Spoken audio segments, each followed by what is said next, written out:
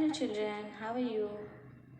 Today's our topic is Aesop's Fables. Fables are short stories that have a moral or message for us, something to learn and keep in mind as we grow up. Most of the fables have animal characters who think and act just like human beings.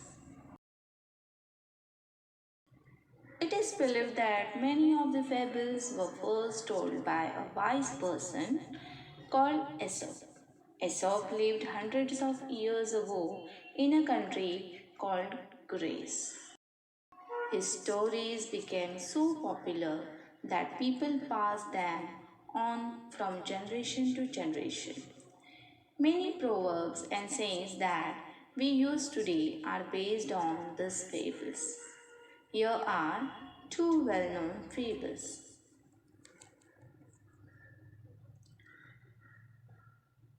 Here, meaning of the proverbs is a short well-known saying or stating a general truth or piece of advice.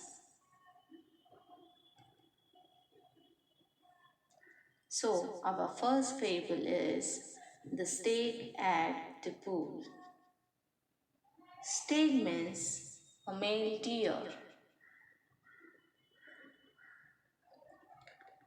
One day, a beautiful stag came to a pool of clear water. As he bent down to drink, he saw his own reflection in the water. He was delighted with what he saw. Instead of drinking water, he kept looking at his own reflection. Now, here, delighted means very happy. How handsome look, he said to himself. How beautiful are these curving antlers. How they add to my beauty. How graceful they look.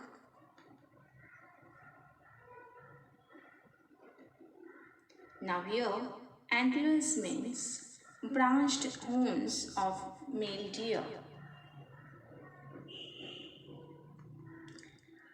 And graceful means charming.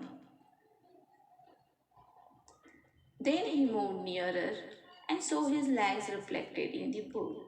He was quite disgusted. Look at my legs, ooh, they are so ugly, all spindly with small feet. How I wish that nature had given me legs worthy of my stately antlers. Now here, disgusted means upset or unhappy. Spindly means long and thin. Here, worthy means perfect and stately means impressive. As he was brooding in this way, the stag heard an arrow going swish across the pool. At the same time, he picked up the scent of hunters. With a quick turn, he bounded away.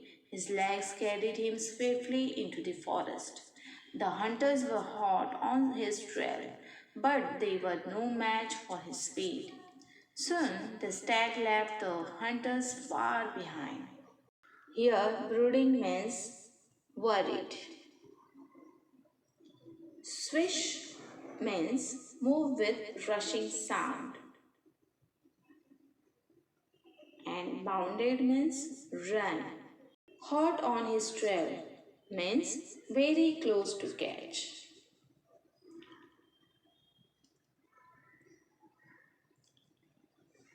Safe and out of the hunter's reach, the stag slowed down suddenly without realizing it. He walked into a thicket. There were trees with strong branches growing close together. And alas, the same antlers of which he was so proud got caught in the thick growth. Now here, thicket means an area of trees and bushes growing closely together.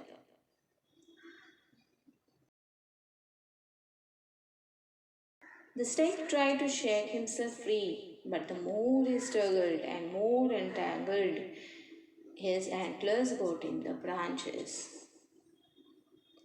Entangled means intertwined. Once again, the stag could hear the hunters drawing close and grew afraid. At last, with great difficulty, he managed to free his antler and bounded away. I realize now that my ugly feet saved my life. I was so proud of these handsome antlers, but they would have been the cause of my death. Very often we dislike the very things that are most useful to us. So, children, here you have seen how the deer loved his antlers, but it got him into trouble. And the fate, which he did not like at all, saved his life. Therefore, it is necessary to give importance to someone's nature and work, never giving importance to someone's appearance. No one can tell which thing will become useful for us. Now, our second fable is the dog in the manger. Once, a dog was looking for a nice and comfortable place to lie down. He came to the manger of an ox and jumped onto the hay to rest.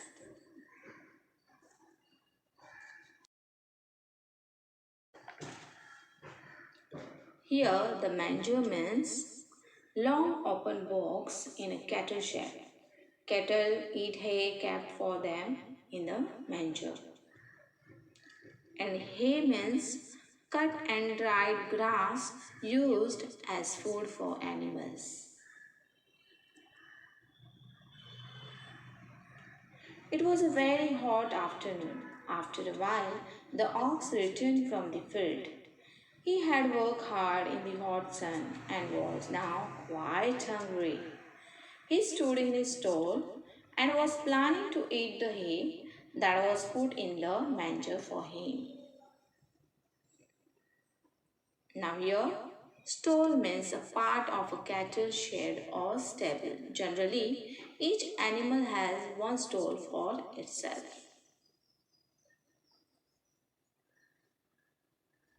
However, when he reached for the hay, the dog saw him.